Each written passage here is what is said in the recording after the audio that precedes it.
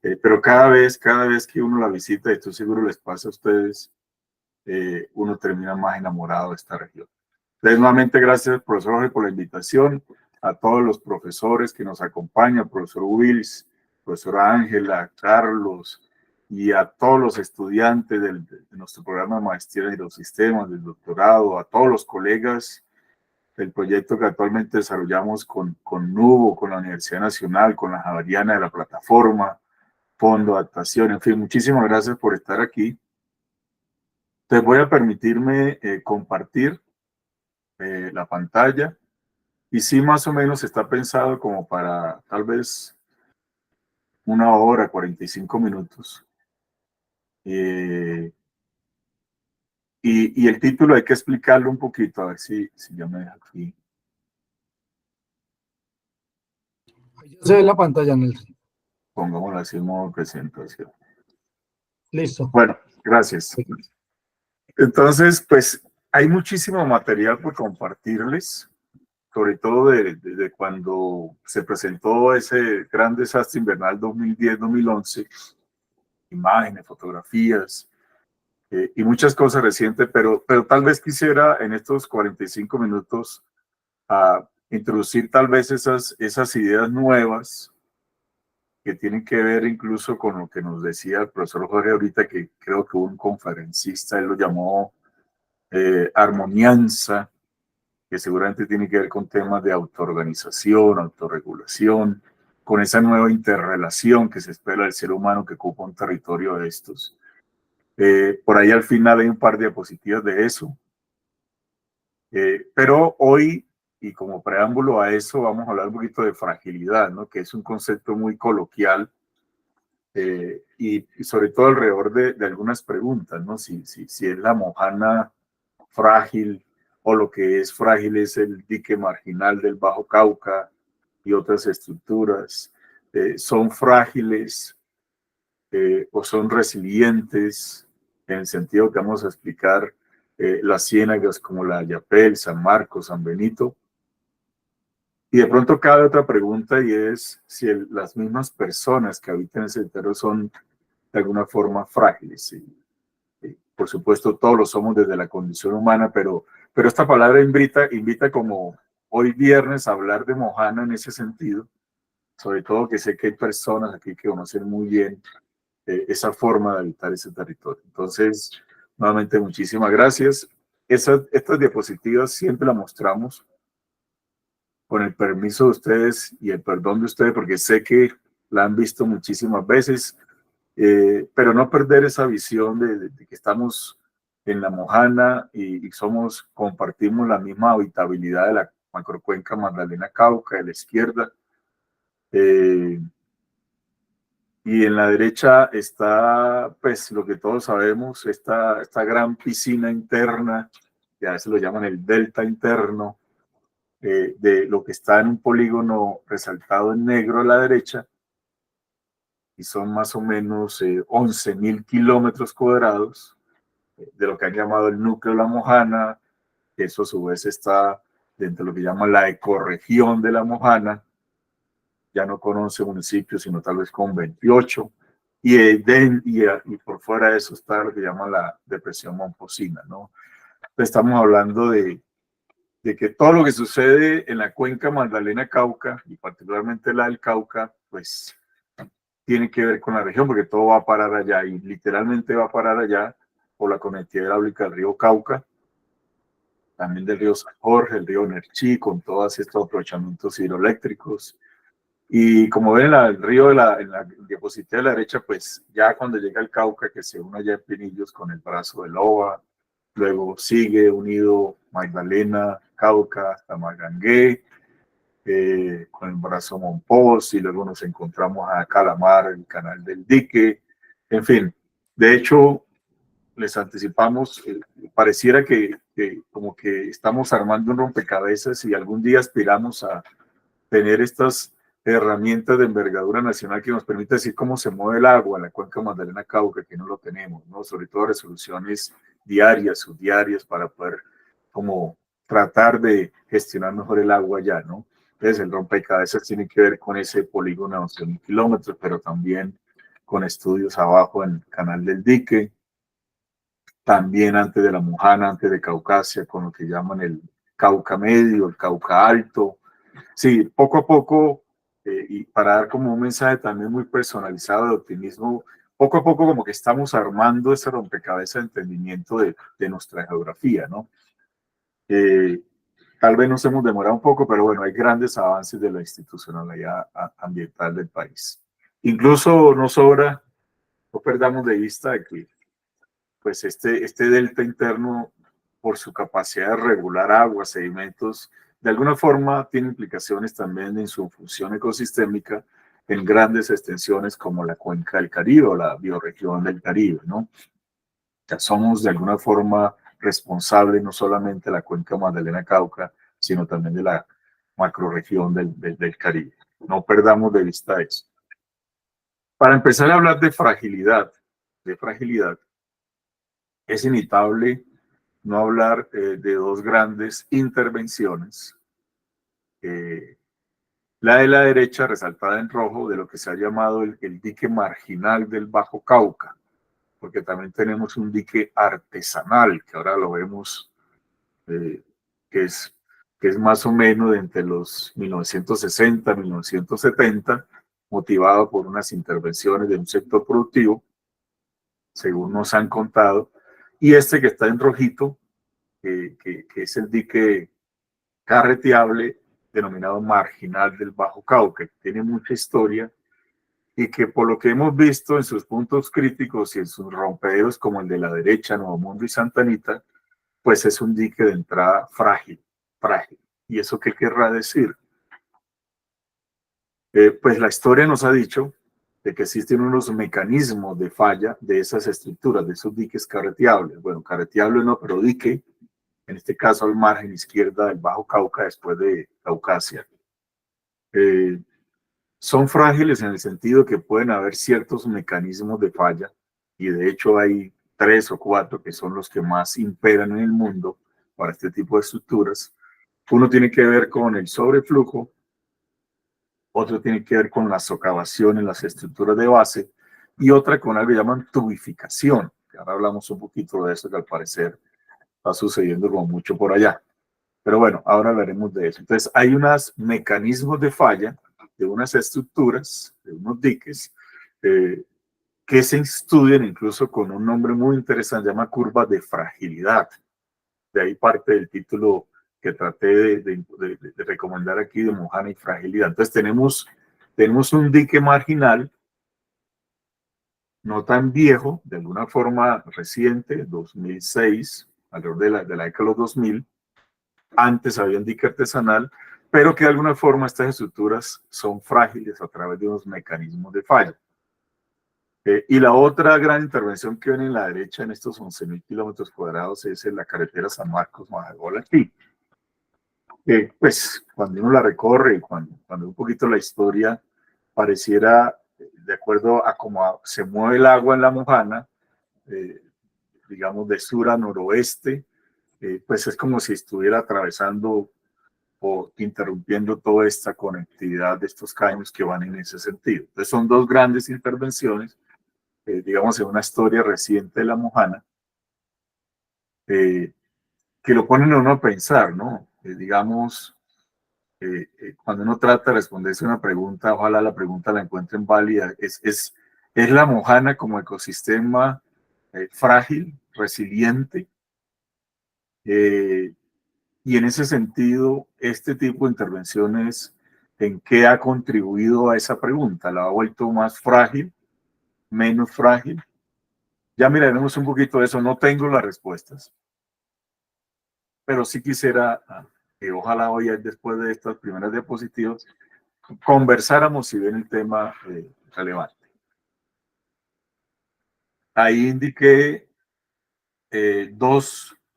tres boquetes, puntos críticos, chorros, como lo llama la comunidad, recientes. En la parte de la margen izquierda está el que ya tanto se ha nombrado del desastre invernal 2010-2011, el de que está en amarillito, el de Nuevo Mundo, el que está en naranjita, el de Santa Anita. ¿Sí? y ahí empiezan a ver como unos dos brazos. La margen izquierda hay uno que se llama el Brazuelo, creo que también lo llaman Santillana, y en toda la curva de arriba, antes de San Jacinto, está Caregato, más adelante está Potrero Nuevo, Los Mochuelos, Tenchos, hay varios puntos críticos asociados a dique marginal. De hecho, esta figura de la izquierda del 2010, me acuerdo cuando la estudiábamos en el fondo adaptación, pues una preocupación que todos sabemos al ver estas patrones de drenaje en la izquierda es todo eso va a drenar a Yapel, ¿no? Sabemos, y eso no es un misterio, de que en ciertas zonas ahí del sur de la Mojana, pues hay una teoría de explotación de oro, pues seguramente estará usando algún tipo de metal pesado. Esto ha mejorado un poco, pero en principio cuando se dan estos boquetes, pues ya imaginaremos a dónde va a parar eso, ¿no? Entonces, pues hay mucho de qué hablar de esto. Hoy no vamos a hablar de eso asociado a metales pesados, sino de fragilidad, de fragilidad. Aquí está otra diapositiva para un zoom de esto. Aquí está Santa Anita y abajo se ve que viene Nuevo Mundo, también de esa época. Antes Carigato está arriba. Cosas que estamos haciendo es pararnos en cada celdita dentro del núcleo de la Mojana y tratar de hacer como ese ejercicio al contrario, ¿no? Verlo como ese pequeño subsistema y preguntarnos, sabiendo estos puntos críticos, cuál es la ruta del agua, o sea, cómo podría, la pregunta que uno se haría en esa celdita del territorio adentro de la Mojana es, ¿qué tendría que pasar para que eso se inunde? Que es una pregunta que nos gusta mucho a los hidrólogos hidráulicos, es como dice de para atrás, ¿cuáles son los escenarios que harían, sabiendo que hay un dique frágil y unos patrones de drenaje, qué tendría que pasar para que ahí esa celdita en el territorio se inundara? Entonces hay un tema tecnológico, en otra ocasión podemos ver los resultados de esos avances. Ya lo hemos intentado en otras épocas. Más reciente, ahí ya está el Carigato, recién ocurría. Más de esa zona antes y después. Ahora me regreso a esta diapositiva.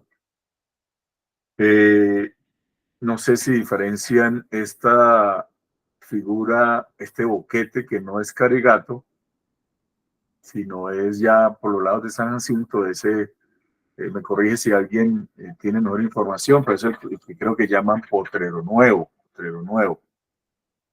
Desde el 86, ahí alcancé uno a ver las dinámicas de divagación de cauces, también ahora vamos a hablar un poquito de eso, algunas escalas características. O sea, digamos que una de las grandes tareas que estamos haciendo en una mesa mojana, esta mañana tenemos reunión con el Fondo Adaptación, con la Unidad Nacional de Gestión de Riesgo de Desastre, con el Ministerio de Ambiente, con PNUD, es consolidar un plan de emergencia donde hay casi como 9 grandes actividades y una de las 9 actividades es hacer una reconstrucción histórica de todos estos puntos críticos, pero sobre todo no con las imágenes, con todo el soporte científico tecnológico, sino sobre todo también con las comunidades. Hace un mes también teníamos unos talleres muy interesantes con los líderes de las asociaciones de base comunitaria y también habitantes de la región, actores claves, preguntándoles cosas sencillas, ¿no? Cómo de lo que ellos han recibido en tradición oral y lo que ellos han visto también, cosas claves de qué ha pasado en ciertos momentos históricos y cuánto ha demorado el agua en llegar a sus fincas, a sus predios, ¿no? Información valiosísima que vamos a combinar lo que llamamos sistemas de conocimiento con otro tipo de conocimiento. Eso para ambientar un poquito eso. La gran preocupación que tenemos todos es, y ustedes lo han oído, es muy probable, según los rendimientos que nos han dicho, hoy a la fecha más o menos quedan como 39 metros para que se cierre Boquete y Caregato, de acuerdo a los rendimientos. En las próximas semanas ya es probable que eso esté cerrado en la otra etapa, pero el sentido común le dice a uno, y eso lo saben, sobre todo lo tienen muy en su ADN las personas, bueno, se cierra esa zona y se vuelve frágil aguas abajo, ¿no? Y como aguas abajo históricamente hay unos puntos críticos, ya vamos a empezar a tomar ciertas medidas, por lo menos desde el conocimiento, a ver cómo podemos anticiparnos o prepararnos para ese tipo de escenario, ¿no? Esta diapositiva también, y antes de hablar más de fragilidad, siempre la muestro. Esto lo hacíamos en 2012, 13, 15, cuando se presentó el desastre invernal del 2010-2011. Y es que la mojana, tristemente, parece ser de modas. Y son modas, sobre todo reactivas cuando hay desastres. Entonces, cuando hacemos estas animaciones, aquí vamos a mostrar algunas de estas. Vemos a la derecha unas mojanas que algunos llamamos mojanas secas, ¿sí? Y a la izquierda, no sé si alcanzan a ver un circulito verde, es más o menos el momento, el mes del año a que corresponde la imagen de la derecha. Entonces, para explicar un poquito la tabla de la izquierda, en la primera columna están los años desde 1980 al 2013 y luego vienen 12 columnas indicando de enero a diciembre. O sea, esto es como si fuera una serie de tiempo mensual de enero de 1980 a julio del 2013, recorrido así. Y por dentro, uno de los 9, 10 macroindicadores que se usan en el mundo para hablar de la ocurrencia del fenómeno del niño o la niña. Entre ellos, uno de ellos, según el IDEAM, de alguna forma correlaciona bien con la hidroclimatología colombiana, el famosísimo ONI, pero por supuesto ya nos han precisado también del IDEAM que hay otros que también correlacionan muy bien, el MEI, el Niño 2.3, pero bueno, este es el ONI, y donde está solito es que ha ocurrido el fenómeno de la niña, donde está rojito el fenómeno del niño, y donde no hay color, lo que llaman como un periodo neutro. En la mayor parte del territorio colombiano, como ustedes saben, sobre todo región andina, Caribe, los azules pues son sinónimo de altas precipitaciones, niveles altos en los ríos, en los embalses, y los rojos, lo contrario, ¿no? Pocas precipitaciones, pocas lluvias, asociaciones a desabastecimientos, sequías.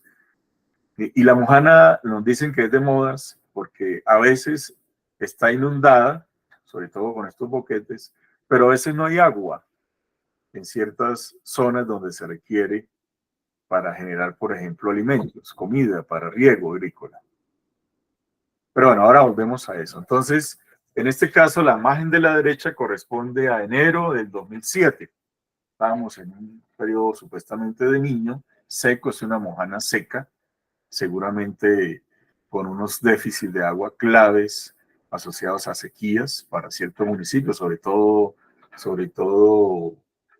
Sucre, Majagual, Guaranda, la zona esta de la derecha. Pero hay un año en particular, que ustedes recordarán, los que somos mayorcitos, que llama mucho la atención. Bueno, todo llama la atención, pero el 2010 es un año muy particular, porque si ustedes ven el primer semestre, tiene rojitos, es decir, ocurrencia del fenómeno del niño, y el valor absoluto, 1.6, 1.3, indica que entre más alto, pues más intenso el niño. Entonces, en el primer semestre del 2010, si algunos recuerdan, en esa presencia del fenómeno del niño en la región andina, el río Magdalena, el río Cauca, en el Caribe, pues unos niveles en los ríos bajitos, mojanas secas. Pero en el 2010, observen que ya en el segundo semestre se viene el fenómeno de la niña. Esas transiciones son muy importantes, ¿sí? Y son un reto para los que nos gustan los ejercicios de modelación, porque habla de la inercia del sistema, ¿no? Por eso ahora insistimos de que cuando vamos a poner a prueba algún modelo, dice, bueno, pero pásemelo por el 2010, por ejemplo. ¿Cómo se comporta su sistema de acuerdo al 2010? Porque las transiciones y sobre todo las persistencias, porque si ustedes se dan cuenta, en el 2011 volvió a ocurrir el fenómeno de la niña, ahora la misma, el presidente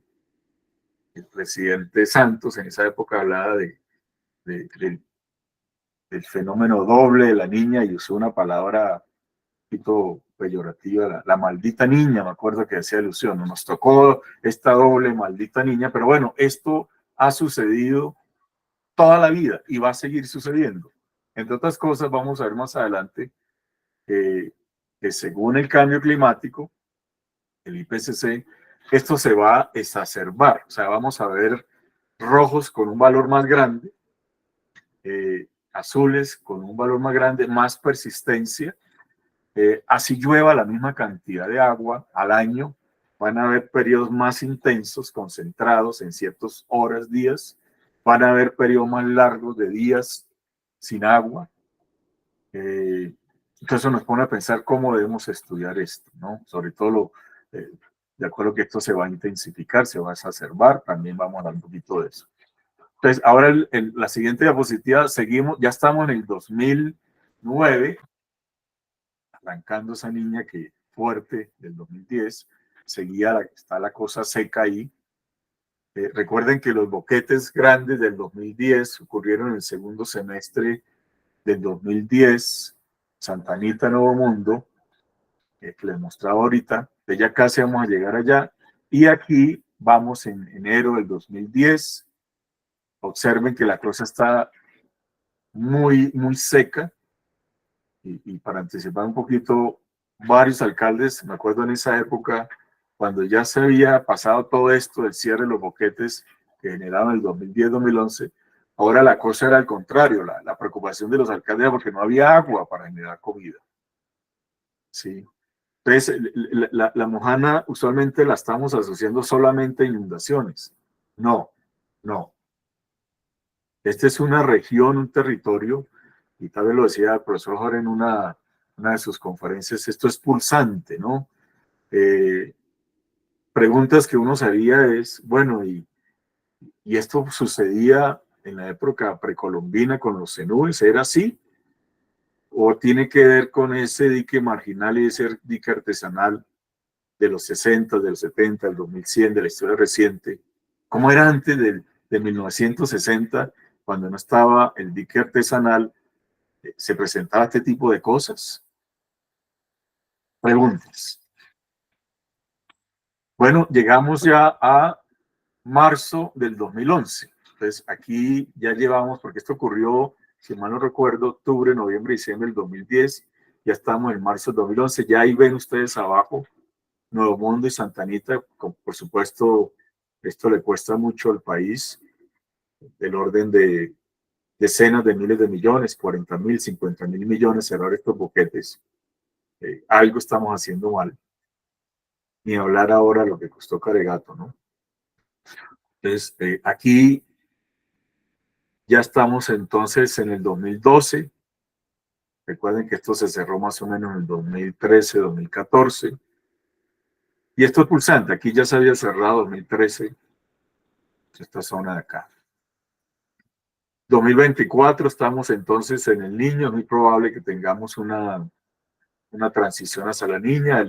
Digamos, la preocupación que se tiene del sector ambiente es precisamente la concepción o consolidación de un plan de emergencia ante la emergencia, no solo del actual boquete Caregato, sino también una emergencia ante esa inminencia de los azules que se nos vienen en el segundo semestre de 2024.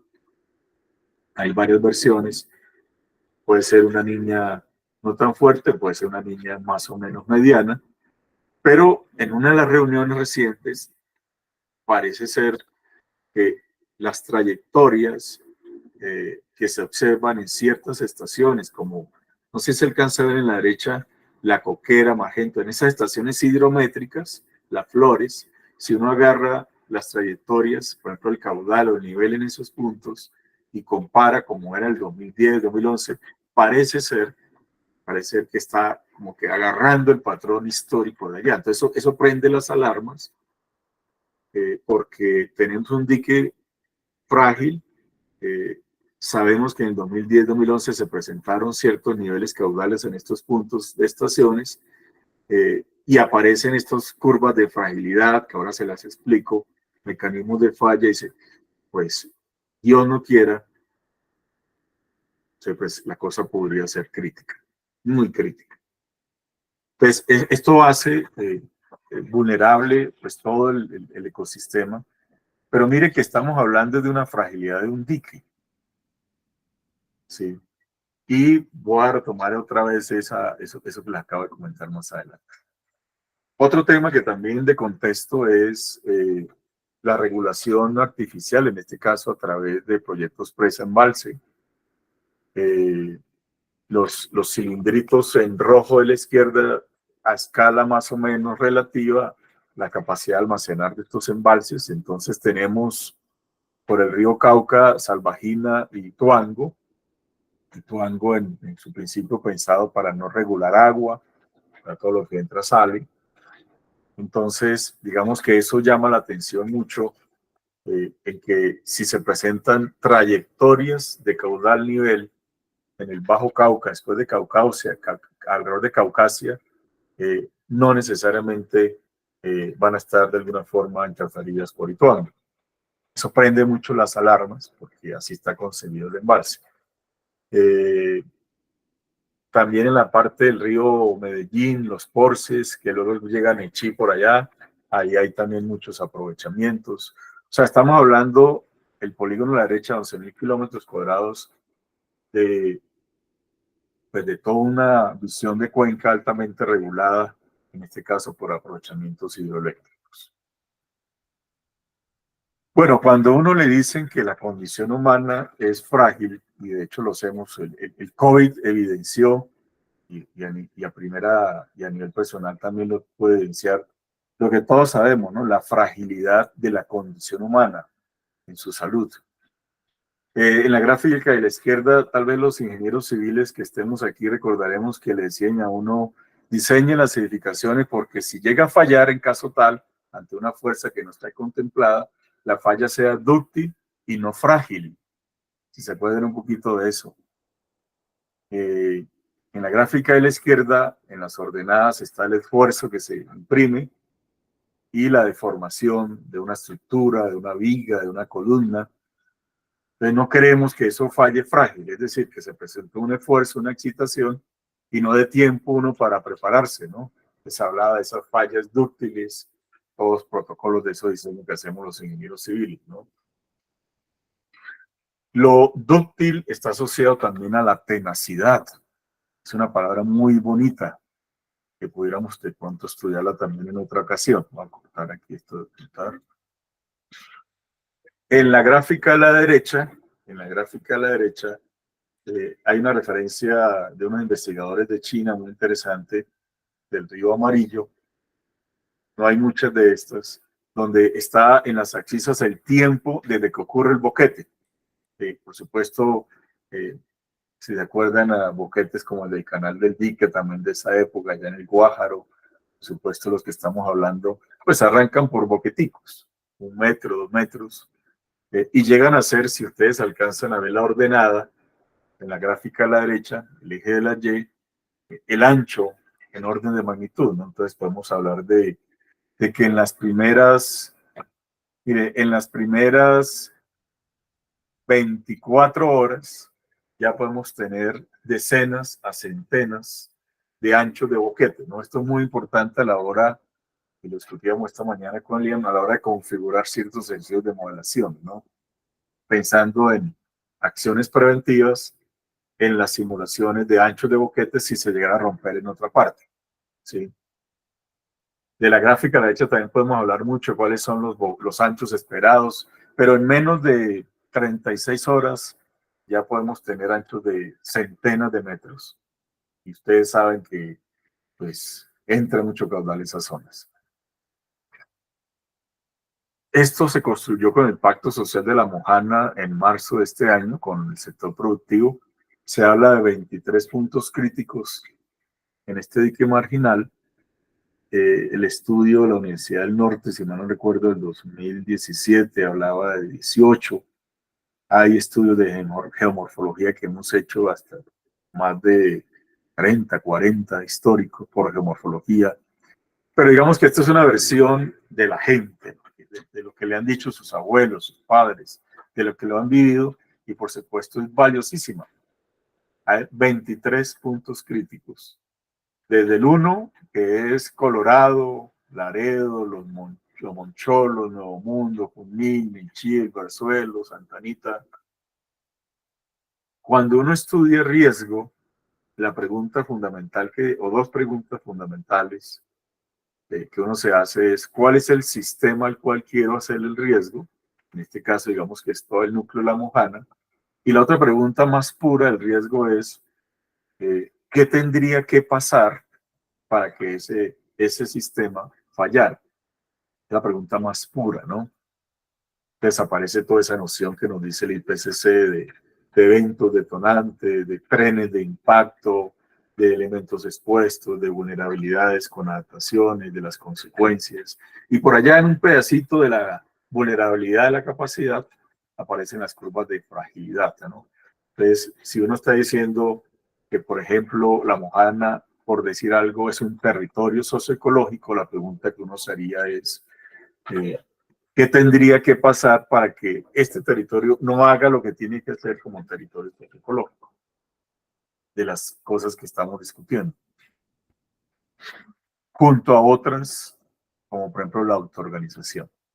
Seguimos un poquito acá.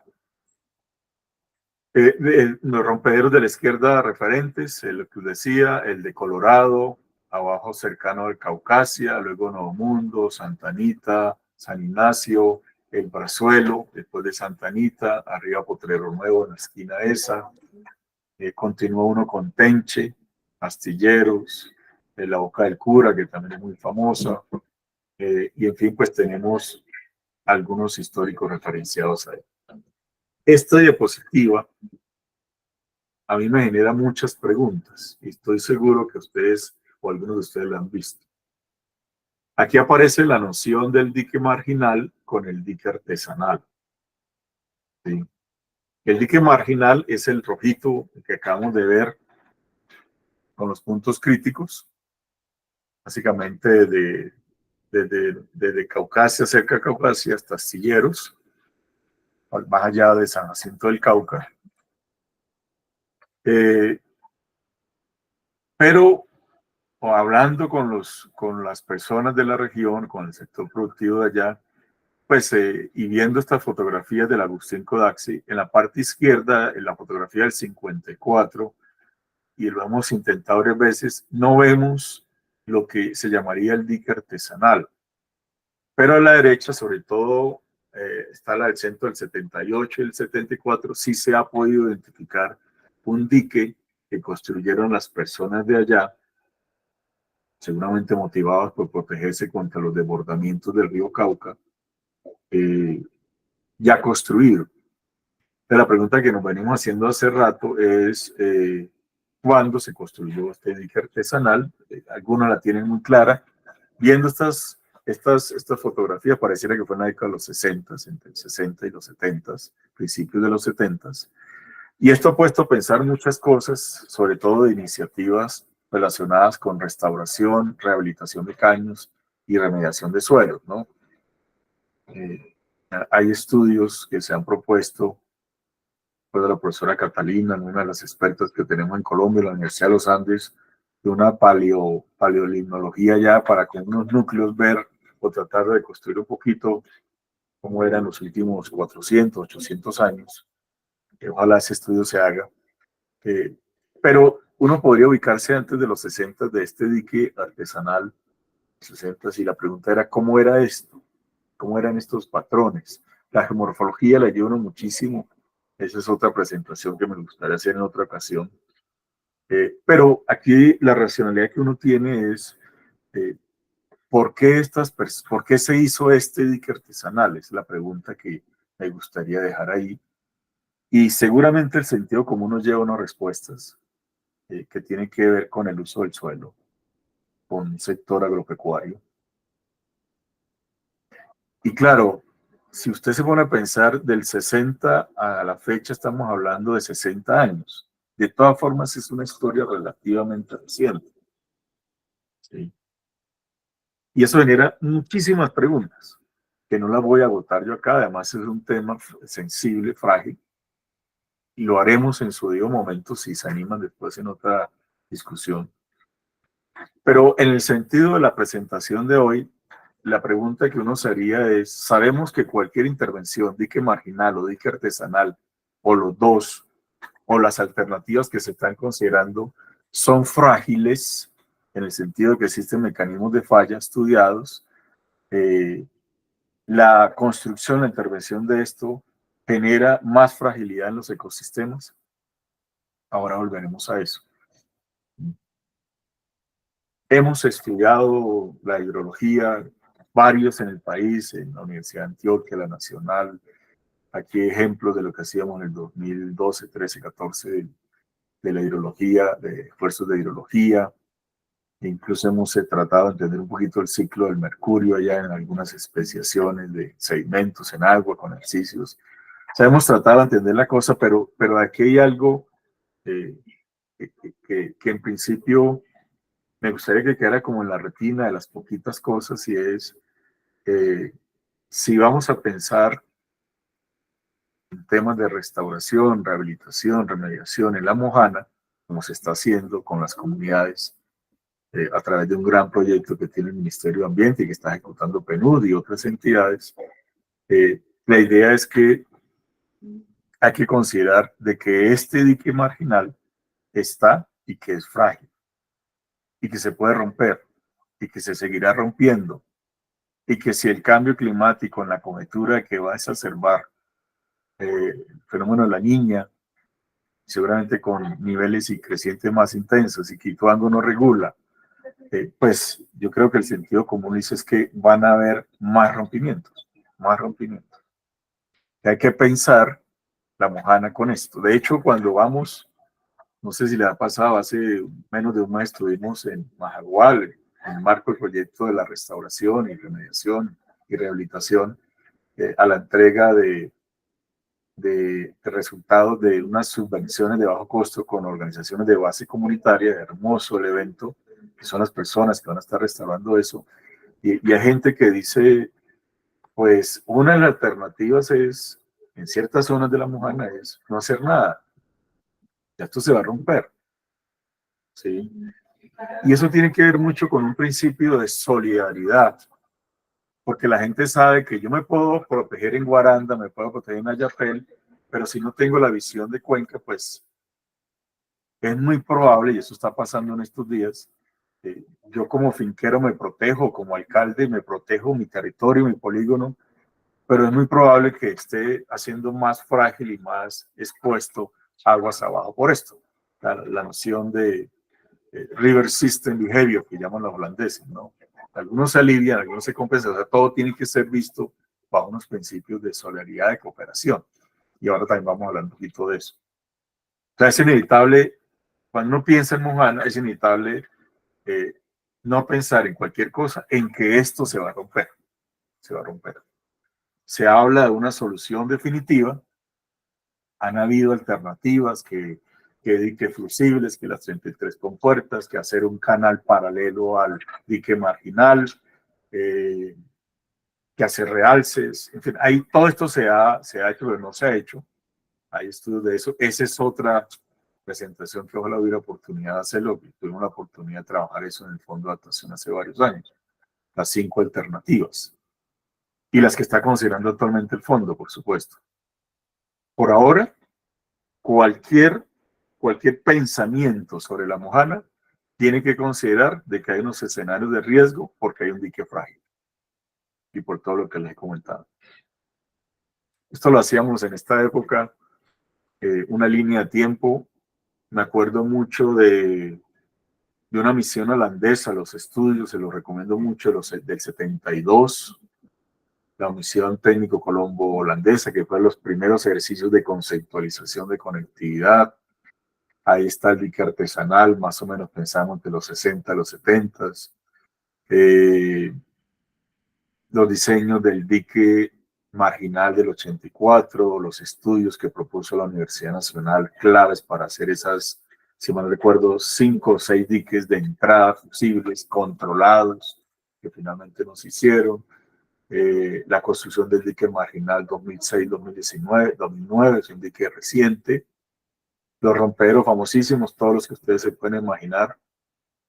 Y cuando uno mira, hace esto para estudios, para planes en relación a Mojana, se da cuenta que esto, lo que hemos pensado es básicamente pura reacción, ¿no? Hasta que no ocurre el desastre no nos acordamos de que existe una zona con estas particularidades.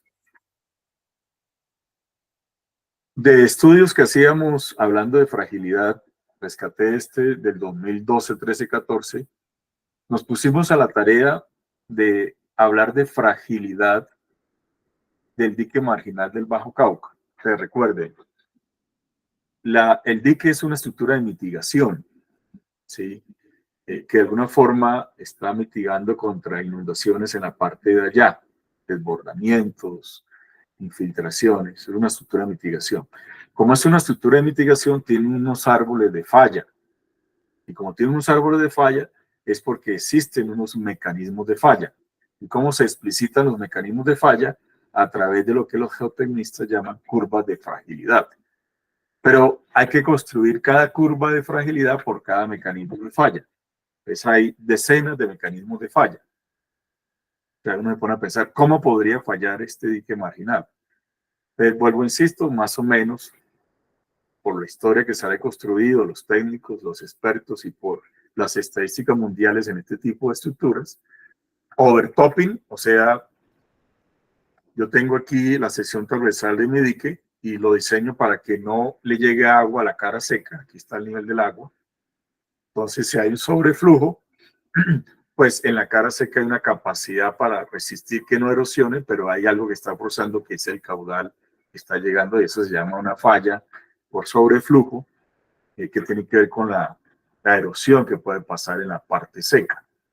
El otro mecanismo de falla, por supuesto, es socavación en la pata, y hay más estabilidades, cortes, cizalladuras, pero sobreflujo, socavación en la pata y piping, ¿sí? En los lechos de estos diques casi siempre son materiales granulares. Si usted tiene un gradiente de nivel de agua entre el río y aquí la parte de agua, porque hay infiltraciones, se pueden formar tubos, piping, que limitan la capacidad de resistencia de estos diques, ¿no? Esos tres son muy importantes estudiarlos, sobre todo en estos diques en tierra, como los que tenemos abajo. Entonces, en esa época estudiábamos eso, y en esencia, lo que uno quisiera cuando estudiamos riesgo en esto es que usted, con una sola variable, que en ese punto del dique, en ese sitio del dique, con una variable que probablemente represente todo lo que está pasando hidráulicamente en el río Cauca, en este caso el nivel principalmente, de acuerdo a los mecanismos de falla. Entonces, imagínense que usted con el nivel en ese sitio puede dar una probabilidad, porque aquí hay incertidumbres, de que falle o por overtopping, o por socavación, o por piping. Esto tratamos de hacerlo. Yo creo que esta es de las cosas que yo más insistía en esa época y se logró hacer. Ahora le muestro unos tramos. Y en esencia estos mecanismos de falla dependen como de tres grandes tipos de variables. La geometría, por supuesto, no es lo mismo la inclinación de los taludes, la altura, el borde libre, o sea, la geometría. También tiene que ver con la resistencia mecánica de los materiales, ¿sí? Con el tipo de materiales que se están usando. Entonces uno trata como ver en planta cuáles son las zonas homogéneas. En ese entonces hubo unos estudios de una firma geotécnica muy importante que miró el dique, los muros, la protección, los espigones. Aquí hay algunas fotos que quisiera pasar en ese sentido. De esto, créanme, hay mucho material que vale la pena que también ahora que estamos hablando de la plataforma se incluya. En fin, los espigones. Entonces tenemos el dique dividido en tres tramos, de Colorado, cerca de Caucasia, hasta Nechí, ahí lo ven en la parte de abajo, de Nechí a San Jacinto alrededor, cerca del punto crítico de Potrero Nuevo, y luego San Jacinto Astilleros. Eso está dividido en tres partes. Entonces la idea era hacer una caracterización geométrica, una caracterización geotécnica, con algunos ensayos geomecánicos, y después salieron 35 zonas geométricas, ahí hay unos rasgos de eso. Luego entonces 12 zonas geotécnicas. Y poco a poco entonces uno iba a decir, bueno, entonces si tengo 35 zonas geométricas y 12 geotécnicas y otros criterios, pues en principio yo podría tener como unas zonas homogéneas, y en ese caso nos salieron 50 zonas homogéneas. Entonces, si usted ve el dique en la parte de abajo, imagínense que hay 50 pedacitos, tramos. Para esos tramos, la idea es que uno ojalá pudiera hacer todas las curvas de fragilidad de todos los mecanismos de falla posibles, por lo menos esos tres, ¿no? Y que en cada uno de esos tramos, las curvas de fragilidad de esos mecanismos de falla, ojalá tuviera como variable independiente, variable de entrada, el nivel del agua. Casi siempre es así, eso lo hemos hecho, porque ese nivel del agua es el que le permite a usted, de pronto con otras herramientas de base física, de base estadística, probabilística, decir cuál podría ser la probabilidad de falla en esos ciclos. Eso me parece muy importante. Entonces aparecieron variables geométricas del suelo. Uno estudia ya los mecanismos de falla. Estos mecanismos de falla casi siempre tienen dos, hablando un poquito técnicamente, o es por margen de seguridad, o sea, algo que forza y algo que resiste lo resto, o es un cociente, factor de seguridad, de ahí no se sale, entonces uno hace la matemática y logra hacer eso. Tubificación, me acuerdo que lo hicimos en ese momento, ahí salen unos puntos interesantes donde aplica unos esquemas de lo que les explicaba, la gráfica que ve en la parte de arriba, mecanismo de falla por sobreflujo, overtopping, ¿sí? Que es uno de los que más se presenta en el mundo. Entonces no queremos que esa agua le llegue a la parte seca, la cara del talud, porque la erosión tiene una capacidad, entonces uno plantea el margen de seguridad en la derecha. La tubificación, fundamental, sobre todo si hay gradientes altimétricos del nivel, ¿no? Es, por ejemplo, se cierra Caregato y queda un nivel y en el otro lado todavía hay agua ahí, esos gradientes, y dependiendo de las condiciones de cimentación pueden generar tubificación, eso hay que estudiarlo. Nos comentaron que lo están estudiando. Por supuesto, pueden haber fallas de corte, de volcamiento, de estabilidad y socavación en la pata. Esta tal vez es de las gráficas que hemos estado mostrando últimamente. Esto es del 2012-2013, me acuerdo, ¿no? Observen la gráfica a la derecha y los colores y la leyenda. Como uno tiene las curvas de fragilidad y en las abscisas, como abrir la entrada hasta el nivel, uno puede hacer ejercicio. Bueno, ¿qué pasa si el nivel del agua en estos puntos está a 5 centímetros, o está a 10, o está a 15 centímetros? En la derecha sí está a 15 centímetros. Y donde está rojo es donde hay mayor probabilidad de que falle, en este caso, por sobreflujo. Lo que vamos a hacer la semana entrante con colegas en San Marcos, en tierra, tiene que ver con darle valor agregado a lo que se está midiendo en estaciones aguas abajo,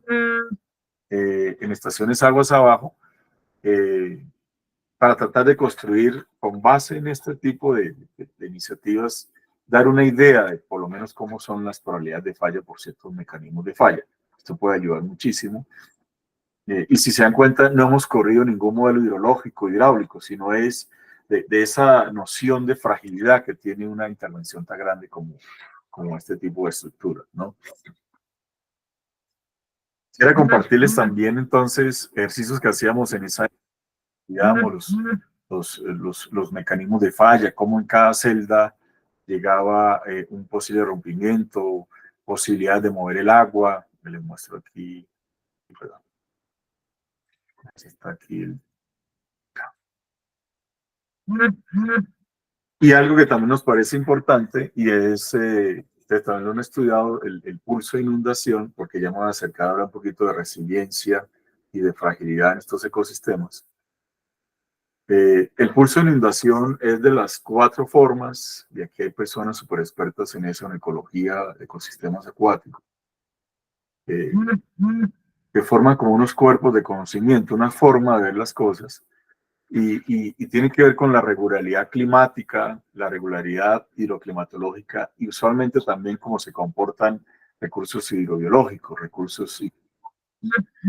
Entonces, por ejemplo, el pulso de inundación en la Ciénaga de Yapel puede ser como el que está el de abajo, entendiendo el nivel del agua o la profundidad, cómo es a lo largo del año, de enero a diciembre, cómo, eso es lo que nos explicaba el profesor Atencio en alguna ocasión, cómo estas ciénagas son como las salacunas de los peces, del bagre rayado, el bocachico, cómo salen los peces gorditos de la cena, de la ciénaga, suelen por el San Jorge, a su ruta de migración, de Soba, el ictioplancton, algunos entran por el caño Segebe, vuelven a Yapel y ahí se vuelven a engordar. Todas esas dinámicas están fuertemente, digamos, condicionadas al ADN de estos peces, por ejemplo, ¿no? Entonces, la noción del pulso de inundación es muy interesante.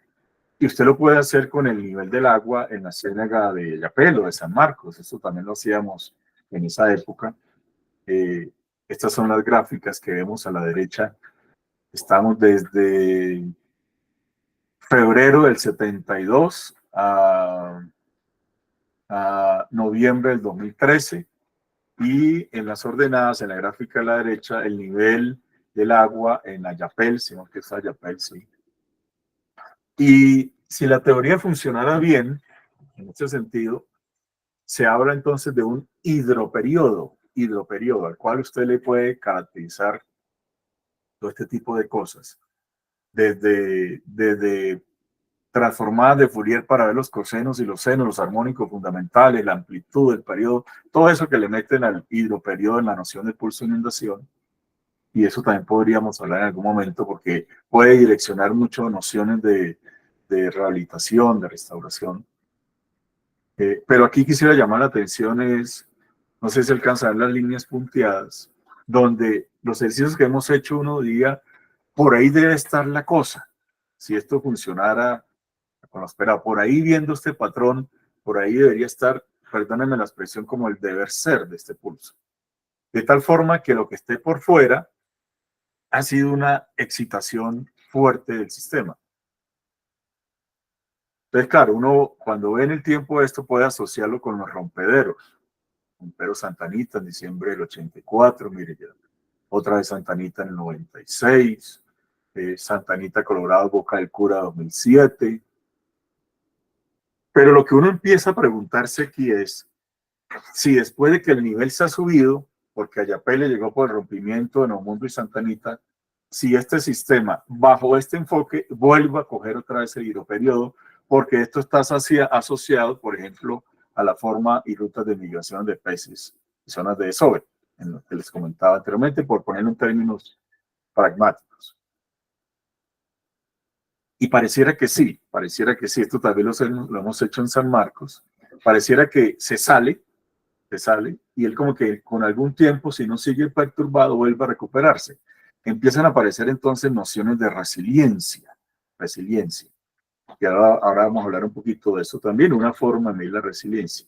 Pero en otros sistemas lénticos, resulta que cuando ocurren estas excitaciones, o por ejemplo cuando hay persistencia en altas cargas, por ejemplo, agroquímicos, fósforo, por ejemplo, en algún momento esto no se recupera, lo que llaman transiciones críticas, no se recupera. Entonces, la pregunta que uno se haría, y esto de alguna forma tiene que ver con dinámica no lineal, sistema adaptativo, transiciones críticas, bifurcaciones, que no es el momento de hablar de eso, puede ser, Dios quiera que no pase, de que tanto esto se rompe, tantas cargas de sedimentos, de concentraciones, que puede ser que en algún momento entremos en una transición crítica y esto no se recupere. Hablando por ahora solo del pulso de inundación, bajo esa premisa, ¿no? Bajo esa premisa. Esto es Ayapel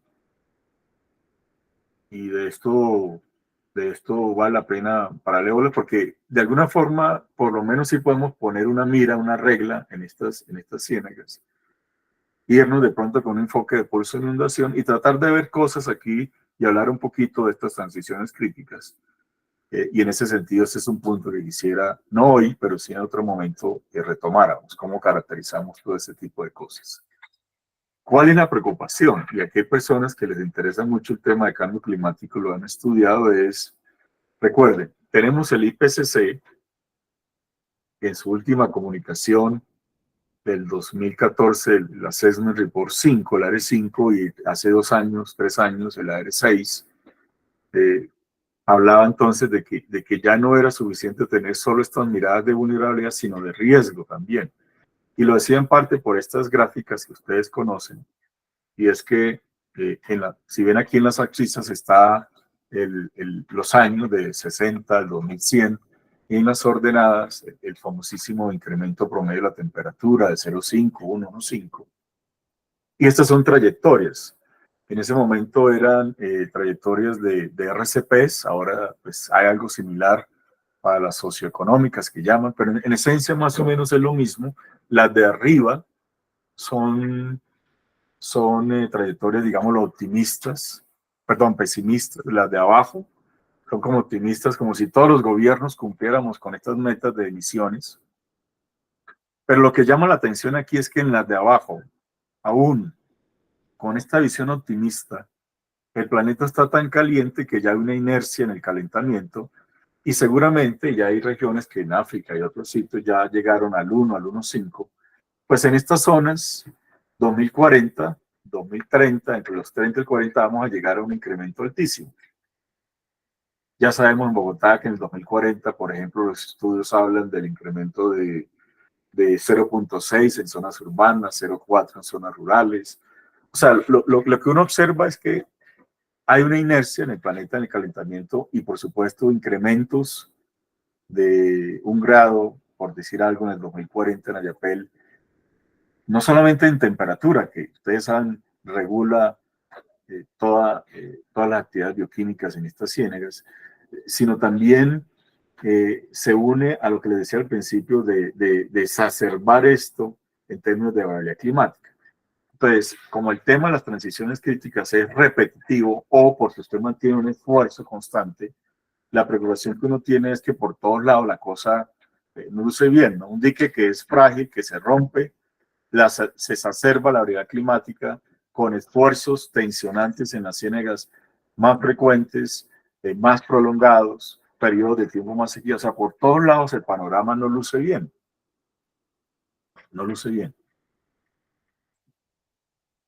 La gráfica esta, donde tiene abajo en forma esquemática el esfuerzo, esa capacidad de yo de deformarme antes de que falle, y en las ordenadas esa idea de esfuerzo, de lo que me está forzando, de la excitación, nos permite hablar entonces de esa noción de resiliencia, que en este caso sería como esa energía que aguanta antes de que haya la primera dislocación. No sé si alcanzan en la curva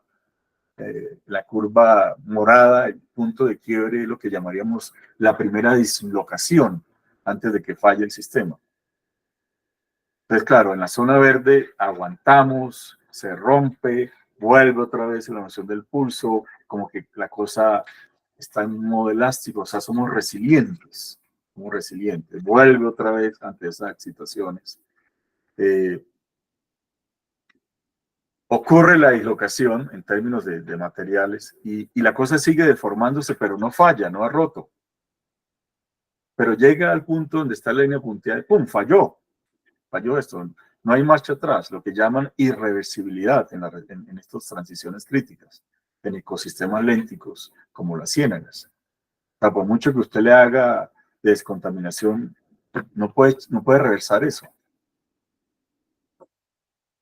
La tenacidad en este enfoque vendría siendo toda esa energía que puede aguantar el sistema antes de que ocurra la línea punteada, antes de que la cosa falle y ahí ya pues se rompe todo, ¿no? tenemos muchas dislocaciones en estas ciénagas. Yo diría que, con todo el respeto del mundo y siendo un poquito analógico, si me lo permiten, tenemos un ecosistema tenaz, resiliente, pero ¿hasta cuánto? ¿Hasta cuándo?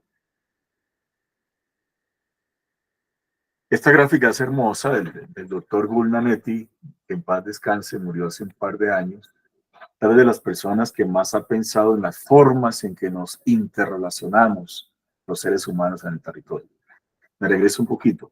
Cuando uno va a estudiar un territorio, hay cuatro grandes tipificaciones del problema, ¿sí? El problema de la salud, de la educación, de la justicia y la noción de interrelación.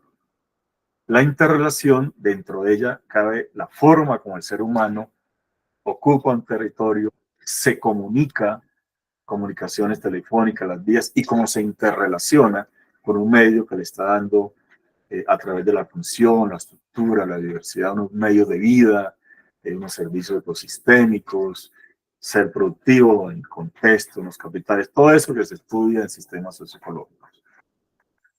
La interrelación, que tiene que ver, si me equivoco, me equivoco, por favor me corrigen, con tal vez la conferencia magistral que dictó, estoy seguro, excelente, la persona hace 2, 3 viernes, de esa noción de armonización, ¿cómo llamó? Armonización, creo que le llamó.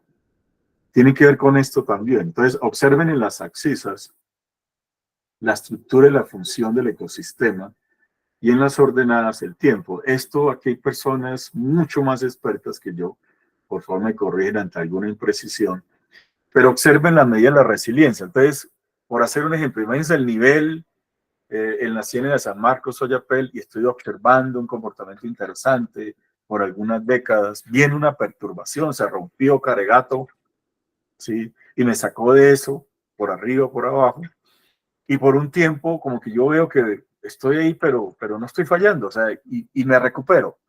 Eso es lo que llama el doctor Gould como una medida de la resiliencia, ¿no? Antes de que ocurra la primera dislocación y antes de que continúe el esfuerzo y yo falle, pues puedo medir la resiliencia, tener una noción de resiliencia, de la energía que puedo aguantar y también del tiempo en el cual puedo aguantar ese tipo de cosas. Sí, esto también lo hemos retomado incluso en discusiones de unas nuevas visiones de cómo interrelaciona el ser humano. Pero entonces aquí viene algo que hablamos esta mañana. Hay un gran ingeniero, tuve la oportunidad de acompañarlo en su tesis de maestría en la Nacional, Alejandro Franco, ahora está en la unidad. Qué bueno por la unidad, por el país de que él está ahí. En su tesis de maestría nos pusimos en el 2009 a visitar unas regiones en La Mojana, por los lados de Palo Alto, Pansegüita. Y claro, estas personas están tan adaptadas al territorio que se mueven de acuerdo al pulso. Esto no es ningún secreto, son personas que cambian 3, 4, 5 veces de profesión al año. Esto lo sabemos hace rato. De hecho, la posibilidad de ordenar un territorio del agua viene de abajo, de la capacidad que tienen las personas para autorregularse, más allá de los instrumentos que usted pueda tener. Ahora hablo un poquitico de eso. Entonces, claro, hay unos pulsos de unas ciénagas que dan comida, la interacción ciénaga, caño, río, que hay unos medios de vida, hay una productividad, hay unas bellezas escénicas, hablando de servicios ecosistémicos culturales, que condicionan una forma de interrelacionarme con el territorio.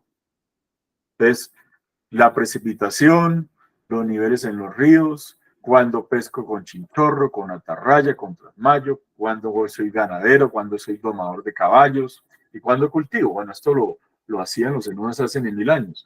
Estas personas lo siguen haciendo de esta forma. O sea, son personas de los pulsos, Entonces, la conjetura, ¿cuál es? Si yo estoy adaptado con unos medios de vida, unos capitales del territorio, a una noción de pulso, y si ese pulso pierde la resiliencia porque hubo una estructura frágil como el dique marginal, pues esto me está dando toda una cadena de eventos. ¿Son resilientes los mojaneros? Yo no sé, yo pienso que sí, pero ¿hasta cuándo?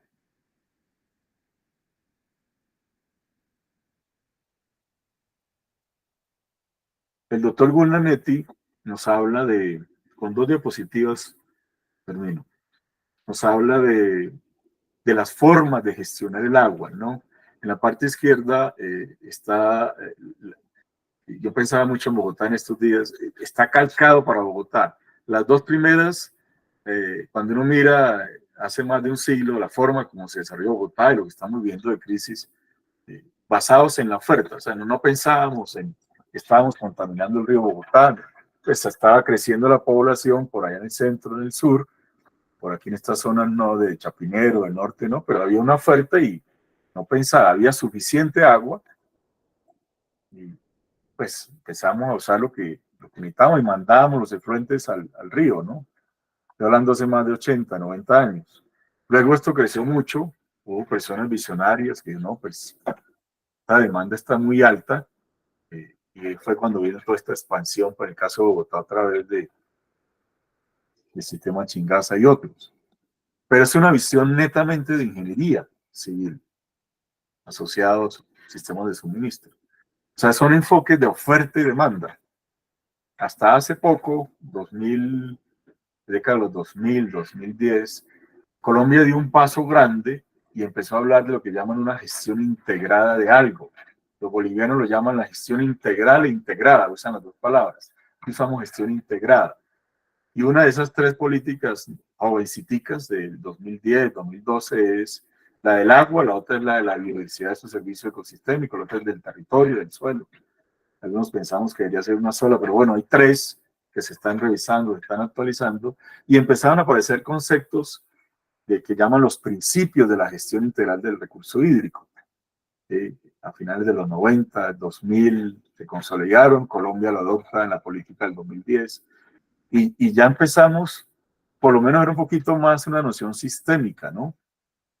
No siempre fue así en la gestión del agua, con unos énfasis en lo técnico, en lo económico, pero al parecer, lo que se está pidiendo en los territorios ya ni siquiera es hablar de sistemas. Cada vez hablemos menos de cuencas, cada vez hablemos menos de sistemas socioecológicos. Lo que hay es unas dinámicas complejas en el territorio, que es lo que uno podría decir esa cuarta forma de interrelacionarnos.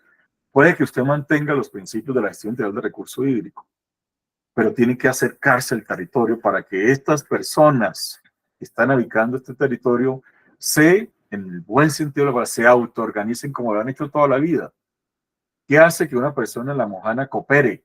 ¿Qué hace que una persona en La Mojana sea altruista y tenga principios de solidaridad, compasión, para que no solamente es protegerme yo, sino también me protejo a mis vecinos porque tengo una conectividad con ellos, social, económica, ecológica? Esa noción de complejidad, que entre otras cosas el doctor Gulnanetti no la desarrolló tanto en sus escritos, tiene que ver con un concepto hermoso, hermosísimo, que hemos descuidado mucho en nuestro país, que es que en los territorios las personas se autorregulan. En las ciudades, y tenemos el caso aquí en Colombia, esa es otra presentación del sistema energético. En algún momento ya no es resolver la cosa con instrumentos, con normas, con guías. Es muy probable que ya tengamos las que son, o de pronto tenemos más. Y en el sector energético, en el momento no, paremos la cosa y vamos a ver cómo más bien echamos un cabezazo, a ver cómo estas personas o todos los actores, desde el gobierno, las autoridades ambientales, los generadores de energía, pues se autorregulan. ¿Cuáles son los mínimos? ¿Cuáles son esas reglas mínimas que hacen que al autorregularse se genere comportamiento emergente, autoorganizado? Esa es la gran pregunta que quisiera dejar abierto acá para que la sigamos disfrutando, si les parece interesante lo que estamos pensando, por dónde podrían estar estas nuevas ideas. Es muy probable que la cosa no se trata sino de unas reglas sencillitas. Hay una gráfica, no la voy a explicar aquí en totalidad, pero son de las clases que empleamos cuando hablamos de sistemas complejos, de sistemas adaptativos, de transiciones críticas, de autoorganización, de agentes. Póngase a ver abajo lo que llaman el sistema simple. En una empresa, el sistema simple pueden ser las personas. En una organización, las personas. En un municipio pueden ser las unidades de vivienda. ¿Sí? En una gran ciudad puede ser la autoridad ambiental, la CAR. Y está ahí, yo hago lo mío, misional, todo eso. Entonces, hay un gran salto de ahí a lo que se llaman los composites, que son estructuras más complejas. ¿Y cómo se logra eso? Con el cuarto componente, la interrelación y por dentro la interacción, a través de unas reglas sencillas.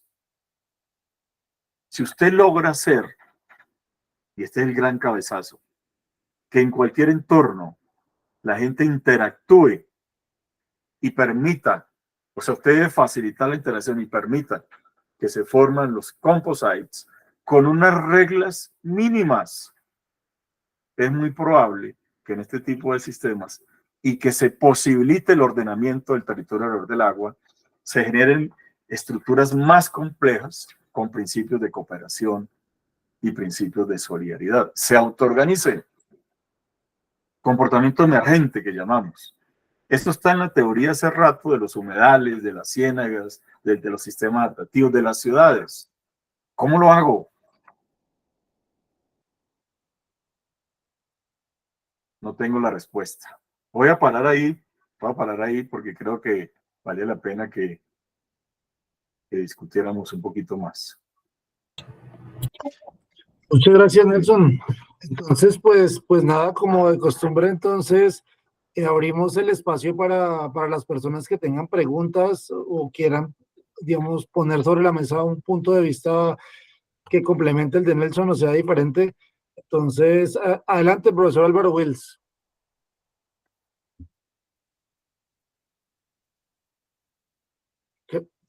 Ya tienen permisos, profe. Listo, profesor Álvaro. Gracias.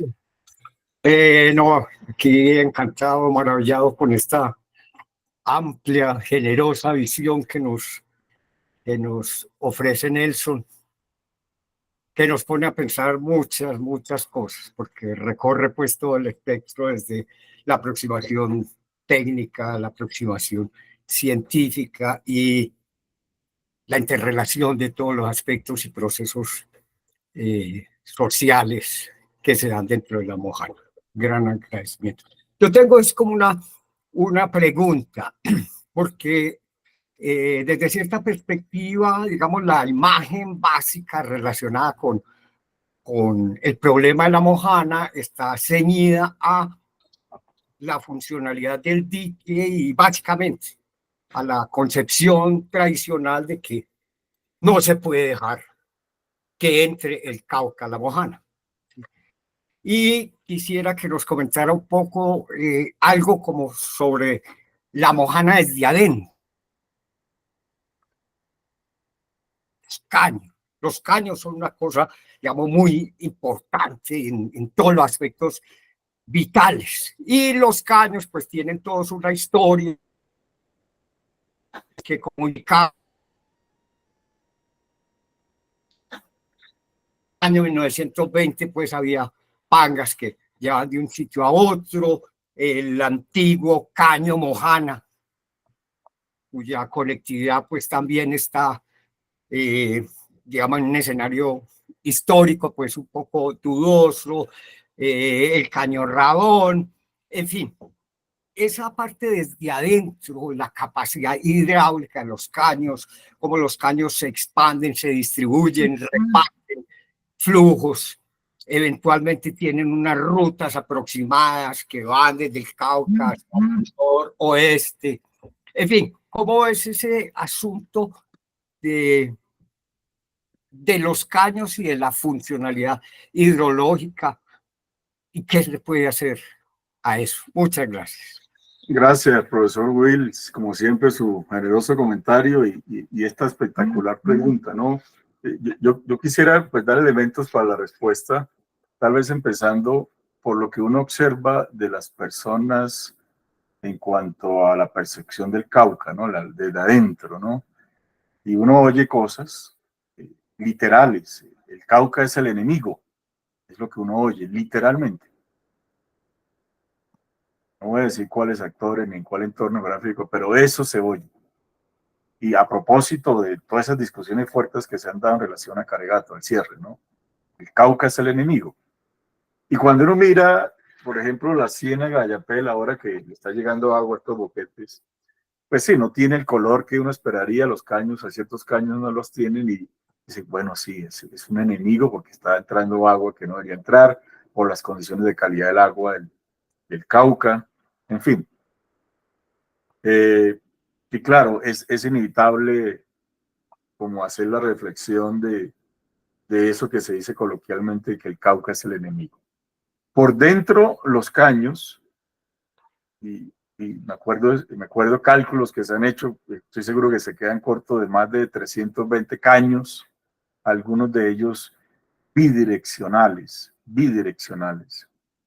Es decir, no puede uno ir con esa idea tan simple del ingeniero civil del caño, hacer mi diseño o mi rehabilitación del caño solamente con una capacidad hidráulica de mi pedacito de caño en un sentido, no, porque esto es tan complejo que hay controles hidráulicos que hacen que a veces ciertos caños tengan bidireccionalidades y eso es sano incluso para los recursos hidrobiológicos. Eso no lo hemos entendido plenamente, sobre todo en un territorio tan complejo donde la tasa a la cual se reconfigura el territorio por diques nuevos de una vía que alguien realzó, por un ganadero que puso o un alcalde que puso un realce, un dique nuevo, eso que ocurre tan rápido no es la misma velocidad a la cual están actualizando las topografías digitales o la información de la erosión y depositación. Entonces, cada vez nuestros modelos tienen más incertidumbre. Es cada vez el reto más grande para entender esa importancia de estos caños, ¿no? Hay una noción muy interesante que es la gran apuesta que están haciendo el Ministerio de Ambiente con esta noción de lo que llaman el proyecto de Mojana Clima y Vida en su fase 2, de restaurar ecosistemas, de rehabilitar caños y de remediar suelos. Y sobre todo también de propiciar estas dinámicas de gobernanza en el territorio. Esas tres palabras de restaurar, rehabilitar caños y de remediar tienen un componente fundamental y estamos muy contentos porque todo eso se va a hacer con la comunidad. Entonces, cuando uno volviendo al tema de los caños, hay un reto grandísimo, Jorge lo ha dicho muchas veces, en este país no hemos entendido la importancia del río Caño Ciénaga, por ejemplo. Eso no lo hemos estudiado. No podemos seguir hablando, estoy haciendo un paréntesis que ahora me regreso a lo que le estaba diciendo. No podemos seguir viendo esto tan separadamente, ¿no? Los caños del Bajo Cauca, la configuración, lo explicaba Jorge, la configuración del ángulo en que viene el Cauca y se mete el caño en la ciénaga y sale, puede ser la seguridad alimentaria de toda una comunidad. No lo hemos entendido, no lo hemos estudiado. El detallito del borde ese geométrico, viene el río y aquí está el caño, que sea curvo o que sea punteado, puede condicionar la seguridad alimentaria porque está condicionando las rutas de migración del Baire Rayado y del Boca Chico. Más ahora en un sistema tan complejo como la Mojana, acéptenme la idea de 320 caños, muchos de ellos bidireccionales, a veces por un lado por acá, a veces por acá. Entonces, cuando uno se dice, qué gran reto el que tenemos, en el sentido que dice el profesor Wills, de esa noción de cómo rehabilito yo un caño de la Mojana. Y eso es el reto que tenemos en el ministerio en muchas partes. ¿Será que es solamente un tema de capacidad hidráulica? ¿Será que es una rehabilitación para poder pensar en regulación en las fincas? ¿Será que hay posibilidad para nichos de hábitat para reptiles y culebras? ¿Será que puedo pensar en la función de regulación que hace los ecotonos en los caños para regular clima y otros ciclos como el del nitrógeno y el fósforo? ¿O será todavía la misma visión de una rehabilitación solamente de capacidad hidráulica porque está de moda ahorita la inundación? durísimo, durísimo. Qué gran reto el que tenemos las personas que estamos pensando en Mojana, ¿no? Y con estas conectividades, con estos flujos de cosas, lo que a mí me da tranquilidad, no, bueno, no sé si tranquilidad, profesor Wills y todos, es que esto se está pensando para que lo hagan las comunidades. Eso es un gran punto de quiebre y una gran apuesta que está haciendo el ministerio. Ellos son los que conocen dónde el servicio ecosistémico preponderante del caño es por capacidad hidráulica, pero puede ser otro donde no. Caño Mojana está lleno de tarulla, que llaman. Esta mañana de unas fotos, Pablo Villegas está ya nos mandaba cosas. Caños que conectan al caño Mojana. Las bidireccionales, allá por la zona de Sucre también que hay bidireccionalidades. O sea, el tema de la importancia del servicio ecosistémico transporte, por ejemplo. En fin, profe Wills, no tengo las respuestas, pero ese punto que usted menciona de cómo uno piensa los caños, cada vez me convenzo más que los verdaderos diseñadores de la rehabilitación, en este caso de caños, son las comunidades. Sin eso, yo no lo veo viable, mejor dicho. No puede ser Isoyetas, Bernoulli y Manning, como lo hemos hecho toda la vida. Nelson. Yo tengo una pregunta y es la siguiente. A mí me gustó mucho esa gráfica que usted mostró, como esa analogía de la curva de esfuerzo de formación. Pues que hay una zona donde todo se puede recuperar y después ya se complica la situación. Entonces yo me paro a pensar, o sea, quiero saber su opinión al respecto. O sea, estamos en este momento en una contingencia que es el roto de Caregato. Tenemos esta gráfica. Tenemos también una problemática que es la siguiente, que de pronto la forma de pensar jurídica o en cuanto a la tenencia de la tierra es una forma de pensar estática, es decir, yo compro un territorio y ese territorio no se mueve, ¿sí? O sea, es fijo, ¿sí? Pero por otro lado, nosotros sabemos que el río y el agua se mueve y el río y el agua tienen su vida, o sea, o sea, hay procesos erosivos que hacen que el río cambie de rumbo. O sea, se ve claramente, por ejemplo, que el brazo de loba no existía en el siglo XIX y en el siglo XX apareció o sea, se constituyó el brazo de loba. El río Cauca antes llegaba casi hasta Tacamocho, ahora ya llega solo hasta Pinillos. Entonces hay una realidad que está viva, que cambia, es cambiante. Eso mismo lo dicen los arqueólogos, o sea, eso es una cosa que siempre me ha llamado la atención y es, o sea, ellos dicen, la cultura zenú modificaba o moldeaba el ambiente de tal forma porque el agua se encarga de moverse después por donde tiene que moverse y es como si fuera una plastilina, ¿sí? Pero tenemos por el otro lado este concepto de que yo me compré este lote y este lote tiene que estar así toda la vida, ¿sí?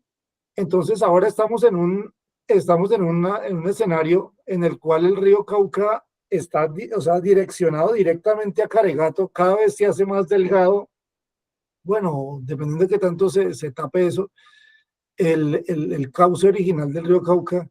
Entonces, desde esa perspectiva, ¿usted cómo ve la gráfica? O sea, en este momento nosotros ya pasamos esa zona lineal de resiliencia absoluta, o deberíamos dejar que eso pase, ¿sí? Teniendo en cuenta la vida del agua y del territorio. Los pescadores se adaptan a eso. O sea, ¿cómo ve este contexto dentro de la gráfica que usted presentó? Oh, Jorge, qué gran pregunta, gracias. Sí, por ejemplo, cuando uno se sienta ya enfrente de la ciénaga a ver un vallenato, a tomarse una cervecita, uno le vienen esas preguntas, ¿no? Dice, ¿qué tal la Mojana si yo quitara el dique marginal? Claro, el sentido común le dice, bueno, pero antes del 60 eso no estaba, o sea, eso al principio pues debería funcionar. Pero claro, hace 60 años, sí, 60 años, antes del dique marginal, artesanal, las condiciones del suelo eran otras, no solamente por el uso como tal y el tema de los conflictos en predios y titulaciones, las potrerizaciones, sino la misma condición física del suelo está siendo afectada, ¿no? Y me toca hablar, pues de los búfalos, por supuesto. Pues no siempre hubo búfalos allá, pero el búfalo, sabemos que además de ser resistente al agua, pues altera, y cualquier ganado altera las capacidades de infiltración y por supuesto las posibilidades de recarga que también ya se han estudiado en lo que llaman el acuífero La Mojana y las zonas de descarga. O sea, hay una alteración a las propiedades físicas del suelo muy fuertes. Me acuerdo que decía alguien de allá, conocedor de la zona, decía, el orín del búfalo está matando hasta el otro ganado. Entonces hay unas alteraciones que no son las condiciones, por supuesto también hay procesos de erosión y socavación fuertes allá. Jorge lo ha estudiado, el tema de depositaciones, de eso que se habla de que eso está basculando y que se está asentando en sedimentos. O sea, hay unas alteraciones a todo allá, que uno diría, bueno, y si no está el dique y se tratara de regresar a los 60, pues no, yo diría que no, porque la reconformación del territorio, incluyendo las particularidades del suelo, las propiedades físicas, han cambiado. Entonces dice, bueno, pero entonces, ¿por dónde está la cosa? Yo creo que hay una palabrita que, más allá de que esté de moda, creo que aquí aplica mucho y es adaptación, Entonces, uno pudiera empezar a armar como unas frases. El Plan Nacional de Desarrollo en sus 13, 16, digamos, ecorregiones estratégicas está la ecorregión de La Mojana, y ahí hay esfuerzos de pensar qué quiere decir ordenar el territorio del agua en La Mojana. Si a ustedes se les ocurre algo, bienvenidos. ¿Qué es ordenar el territorio del agua en el caso de la ecorregión de La Mojana? Entonces uno dice, pero si esta gente está adaptada hace rato, es resiliente, el dique se va a seguir rompiendo. Entonces pareciera que uno de los rasgos que posibilitan en su más fina expresión ordenar el territorio, sea lo que sea eso, es que la gente tenga la capacidad de adaptarse, que tenga los medios, que se le facilite los medios de adaptarse. Y cuando uno piensa aún más abajo de eso, ¿cómo logro la adaptación? Si la adaptación tiene que ver como yo, como mi familia, o mi alcalde, o yo como dueño de finca, manejo y percibo el riesgo. Entonces yo, si me paro solamente en mi finca, en mi predio, tengo que adaptarme porque es la forma de sobrevivir allá, pienso solo en lo mío. Pero como todos sabemos que hay más de 400.000 personas allá, con todos los conflictos que nos podemos imaginar, entonces eso no es suficiente que yo logre adaptación a nivel de ciertas unidades. Tiene que haber algo más. Y yo diría que algo más es principios de cooperación, de solidaridad, que uno lo ve allá, la gente entre ellos se cuida. Tal vez habría que potenciar un poco más. Y vuelvo, insisto, creo que la cosa es con autorregulación. Ok, muchas gracias, Nelson. Bueno, aprovechemos todavía unos minutos. ¿Quién más tiene una pregunta o quiere poner un punto para discutir? Por favor, alguien que se anime. Eso. Oscar Sánchez, adelante. Buenas tardes, gracias profesor Nelson por la charla. Yo tengo una duda respecto a lo que usted mencionó del problema de la escasez de agua. ¿Sí me escuchan bien? Sí, señor. Sí, el problema de la escasez de agua, sobre todo, por ejemplo, en años en que hay fenómenos niño y, digamos, ¿cómo podría haber la necesidad de usar esa agua en ciertas aplicaciones específicas? Yeah. Mi pregunta tiene que ver, mi pregunta tiene que ver respecto a si se ha analizado, por ejemplo, el uso de agua subterránea a través de pozos que, si no estoy mal, digamos, el potencial de agua subterránea se ha estudiado como parte del proyecto de Mojana Clima y Vida. Entonces, pues mi pregunta es si eso se ha analizado Y digamos, como para entender estos conceptos, como para aterrizarlos un poco, ¿cómo podría, digamos, ese uso de esa agua subterránea, por ejemplo, en ciertas temporadas secas, podría pensarse que aumenta la resiliencia de la población y cómo Claro. podría como pensarse como parte de una gestión sostenible? Entonces, ahí como mi pregunta es, si uno piensa ese tipo de, digamos, intervenciones, ¿cómo las podría, digamos, no sé, integrar, digamos, Claro. dentro de la parte de gestión, de tal forma que uno lo vea de una forma, digamos, sostenible y que aumente la resiliencia de la población? Gracias. Excelente, Andrés, gracias. Sí, el programa Mojana Clima y Vida, dentro de tantas iniciativas, generó un estudio de cómo era precisamente el tema de la hidrodinámica subsuperficial y la calidad del agua de cara a una adaptación, ¿no? De hecho, ese estudio se hizo en el Instituto Javeriano del Agua. Pudimos acceder a información del modelo hidrogeológico conceptual, del modelo geológico que mejoramos. Fuimos allá a más de 50 pozos a hacer las pruebas de bombeo, repotenciamos las bocas de pozo, hicimos recomendaciones para proteger la boca del pozo, entendimos un poco las conectividades de caños, ciénagas con esos pozos, que por supuesto tiene que ver con las interacciones del pozo mismo. Entonces hay gran cantidad de agua, de suministro, que sale de pozo allá, y eso es de los principios de la gestión integral de recurso hídrico, ¿no? Uno hubiera pensado, y a mí también me tomó de sorpresa hace unos años, que no hubiera tanto uso del agua subterránea, pero no lo hay bastantes pozos. Ahora les muestro una estadística, si hay tiempo, de la profundidad de los pozos, de las características hidráulicas de esos pozos. La mayoría no tiene diseño de pozos, pero con unas prospecciones eléctricas que hicimos pudimos recuperar mucho de esas litologías y estratigrafías de pozo. En fin, hicimos muchas cosas allá y es todo un proyecto grande en el programa Mojana Clima y Vida, y se está usando, porque ya sabemos vulnerabilidades para esos pozos, sobre todo vulnerabilidades a contaminación. Es muy triste cuando en ciertas zonas uno vaya, está la boca del pozo, pero al lado está la porqueriza o está el manejo de las aguas sanitarias. Entonces todo eso trató de repotenciarse. Hicimos escenarios de cambio climático para ver cómo se hacen ciertas regulaciones a través de tanques para cosecha de agua, porque en ciertas zonas, dependiendo del bombeo en esos pozos, pues no puede ser suficiente, sobre todo en escenarios de sequía. O sea, hay una información valiosísima de aprovechamiento de recursos subsuperficiales. Tal vez no se conoce mucho, que con Jorge hemos hablado para que sea de las primeras que suban a la plataforma. Y por supuesto, es muy probable que se sigan perforando más pozos. Hemos entendido variables, estimaciones de recarga, pues sabemos dónde sí, dónde no, dónde hay más vulnerabilidad a los pozos. Y es parte de los principios de la gestión integrada, ¿no? Uno puede tener el río ahí de la ciénaga y está pensando en captar porque es la fuente superficial, pero mézclelo con eso, con los recursos superficiales, pero sepa hacer cuándo sí y cuándo no. Entonces, por allá va toda esa visión que tiene el programa Mojana Clima y Vida.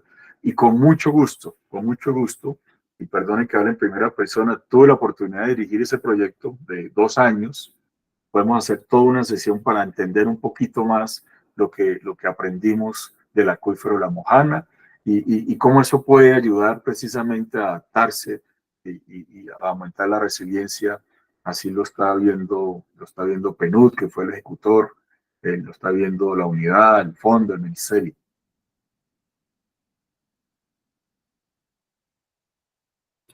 Gracias, Nelson.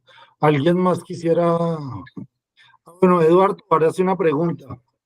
Buenas tardes. ¿Qué papel juega la cosmogonía, el conocimiento ancestral y los modelos indígenas y de población en el ordenamiento territorial en torno al agua actualmente? Gracias, Edward. Pues mire, por supuesto, incluso cuando uno va llegando a Montería alcanza a ver los vestigios de las espinas de pescado, lo que hacían los cenús y todo eso. Y eso es precolombino y todo. Pero yo rescataría de lo que uno habla con las personas que están recientemente ocupando esto, y es que pues en la época contemporánea, es empezando por cosas, dos palabritas. El primero, el concepto de desbordamiento con inundación, ¿sí?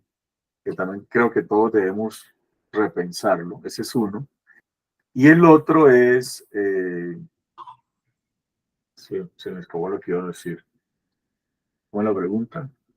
Ah, sí, el concepto de topofilia, ¿no? De topofilia.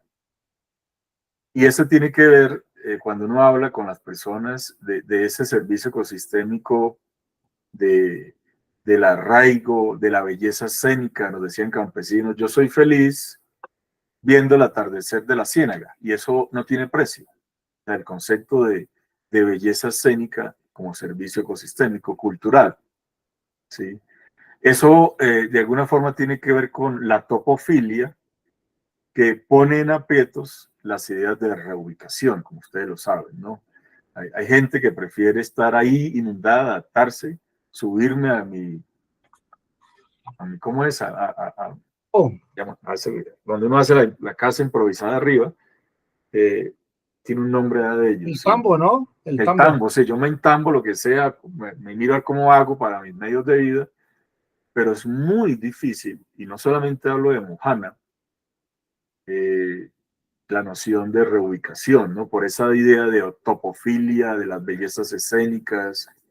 Entonces, yo no tengo el documento de estudio oficial, pero cuando uno ve esos semillas de topofilia, de arraigo, de las bellezas escénicas, del brillo en los ojos en estas personas, de no necesitar mucho de su noción de felicidad, de tener que una dinámica de sembrar el arroz 2 veces al año, y que si en primeras cosechas ya tienen arroz para todo el año y tienen el bocachico ahí y fían el aceite, y cada semana pagan al que le fió en la tienda 10,000 pesos a la semana.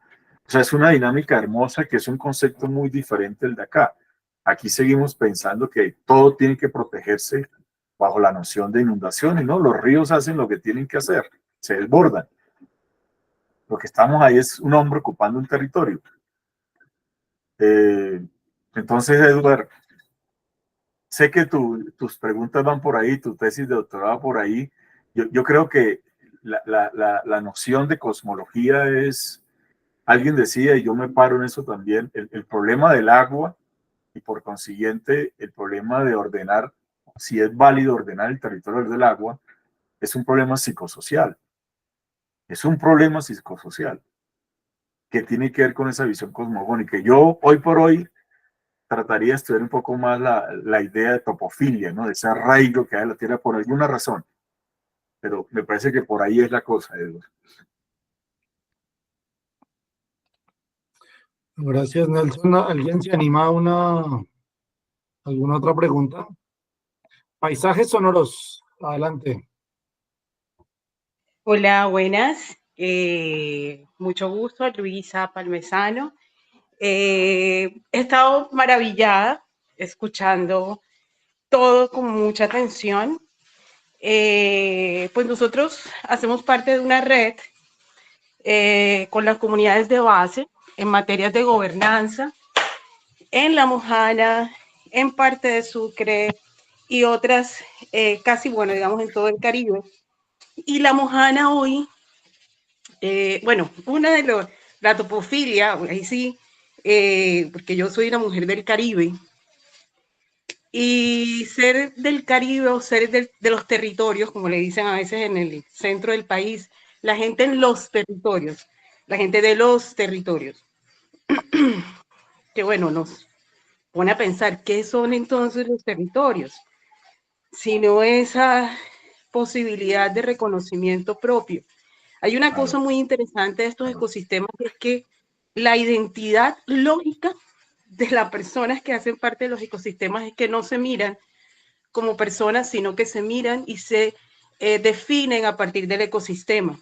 Entonces, es decir, uno no es del Caribe, sino que es del Caribe mismo. No. Uno no es, uno no vive en La Mojana o uno no habita en La Mojana, sino que uno es La Mojana misma. Entonces, esas mismas lógicas intrínsecas, a veces no pasaba por la palabra, sino por ese brillo en los ojos, creo que es importante a la hora de construir esas gobernanzas y esta comprensión de la vida alrededor del agua. y la misma lógica de riesgo o la misma forma en la que se significa el riesgo versus la resistencia y la dignidad, porque por ejemplo, Claro. una de las cosas de la sedimentación y que va a parar a la naturaleza del agua es el tema de que pues hay otros procesos como acueductos, saneamiento, condición de putrefacción del agua, no solo por el tema de los búfalos, sino también por estrategias sí, de insumos agroindustriales que inciden directamente sobre el tema del agua y el tema de sedimentación de riesgo.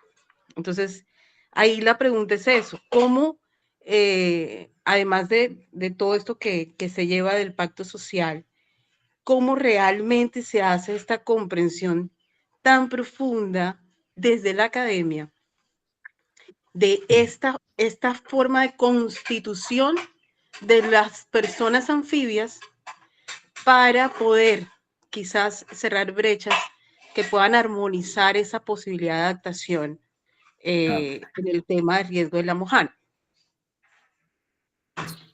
Espectacular. Yo, la verdad, creo que esa es la pregunta del millón. Y no solo para Mojana, para Guajira, para la Orinoquía.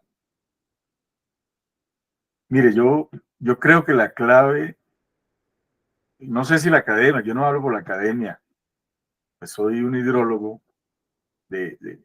digamos que, entre otras cosas, yo ya no sé lo que soy, pero sí trato de ya ver más allá del agua.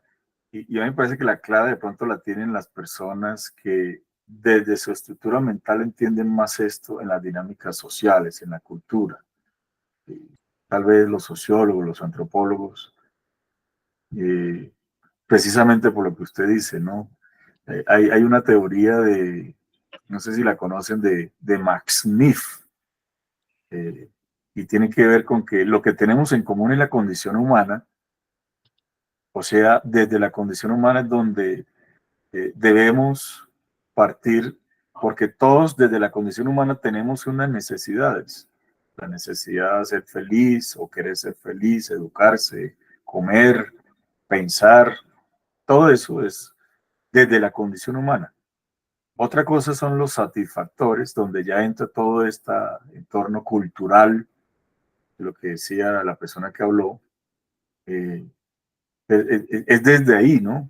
O sea, si uno se hace la pregunta, ¿qué quiere el gobierno con la mojana? Yo creo que eso no está claro todavía, porque la pregunta es como más al contrario, ¿no? Si la mojana es un macroorganismo que incluye a los que lo ocupan, ¿cuál es? Si la mojana pudiera levantar la mano y hablar, ¿qué pediría? Como diría el profesor Atencio cuando habla del Boca Chico, ¿no? Voy a hablar como si levantara la mano el Boca Chico, ¿no? O sea, ¿qué quiero yo como Boca Chico? ¿Qué quiere la mojana como tal, como un ente viviente, ¿no? Que respira, que todo ese tipo de cosas. No tengo la respuesta, la verdad, no. Creo que esa es la pregunta del millón. Me acuerdo de un gobernante por aquí, alcalde mayor, decía que realmente los alcaldes y los gobernadores deberían ser psicólogos y antropólogos, porque es desde ahí, desde escala, ni siquiera escala familiar, es escala humana. Son 400.000 personas más que están ahí en la mojana, con sus miedos, sus necesidades, su propia percepción de felicidad. Y entonces eso hace que nos ponga a repensar a los que estamos en la academia que la cosa no es con lo convencional, ¿no? Antes, y aquí mea culpa, nosotros que venimos de ingeniería civil, esa forma de ver el agua, con todo respeto lo digo, con temor también a que me linche el gremio, es por ahí no es. O sea, no podemos seguir pensando que el proyecto termina con el modelo. Eso hasta ahora es la cuota inicial de muchas cosas. Para mí la clave está en estas dinámicas culturales, sociales, De ahí por qué a veces en la academia optamos por pensar cómo veo el territorio. Entonces, bueno, una salida que me da la teoría es ver el territorio como un sistema socioecológico. Pero eso tiene debilidades. Entonces, muchas gracias por la pregunta. Nos deja aquí una tarea inmensa a todos. Creo que usted tiene la razón 200%. O sea, no podemos seguir hablando de estas personas del territorio, no. Estos son macroorganismos que están pulsando, que están requiriendo cierta atención de otra forma, ¿no? No puede seguir siendo solo esta mirada netamente antropocéntrica. Listo, gracias Nelson. Y yo creo que terminemos con la intervención de Juana. No sé si Juana quieres hablar o lo leo, porque me parece interesante lo que pones. Hey, hola, buenas tardes, Jorge, a todos y todas, muchas gracias. Lo que yo quería decir es que precisamente así como hay un amor, la topofilia por el paisaje y por la naturaleza, y bueno, es bien compleja esa dimensión, digamos, socioafectiva, que también hay esta otra idea de la solastalgia, y es qué pasa cuando un territorio se destruye o se va degradando poco a poco. Y recuerdo que cuando hubo gente que se murió, cuando en la primera inundación del 2010-11, de la pura tristeza de ver la destrucción de su paisaje y la impotencia. Entonces creo que también esa dimensión, me encanta que hable el Boca Chico, pero no tenemos exactamente el lenguaje para comunicarnos con ellos. Hablamos desde la perspectiva humana, que es lo que más conocemos, pero creo que eso también hay que tenerlo en cuenta, ¿no? ¿Qué pasa cuando un territorio se destruye, se degrada, las condiciones cambian, todo eso va minando? Sí. Ya sabemos que hay el desplazamiento ambiental cada vez tiene más fuerza, ya hay normatividad que reconoce y protege a los desplazados ambientales. Entonces, esa otra dimensión en la que nosotros también somos agentes y partícipes en la transformación de ese territorio debe ser tenida en cuenta en cuanto a sus efectos locales sobre la gente, las especies y las formas de vida. Sí, de acuerdo, sí, eso va mermando, ¿no? Es ver uno la afectación a su calle, a su barrio, al vecino que de pronto fue afectado en su cultivo. Debe ser muy duro, sí, sí. Ahí se requiere mucha solidaridad, compasión, pienso yo. Listo, y paisajes sonoros, levantó la mano otra vez.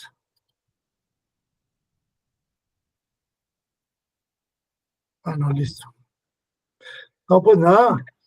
No, qué pena. Yo quería hacer una claridad, no me acuerdo que tenía el micrófono cerrado, y es que más que la estética o el amor hacia eso, es que eso hace parte de mí. O sea, nosotros en el Caribe, por ejemplo, yo que vivo en el bosque seco tropical, mi organismo, mi ser, se regula con los cambios. Es decir, por ejemplo, yo sé que entre diciembre, febrero florecen ciertas plantas, cambia el suelo, y ya mi cuerpo, digamos, hace está tan embullido y se identifica, y el territorio es su identidad, que inmediato, por ejemplo, yo cumplo en febrero y yo sé que las flores de Matarratón nacen. Entonces la gente me pregunta, ¿cuándo cumples? Cuando nacen las flores de Matarratón. Qué bien, qué bien. Entonces hago un homenaje a eso durante todo el tiempo, y la gente me dice, pero el Matarratón, no, sí, claro, en ese momento llega este pájaro,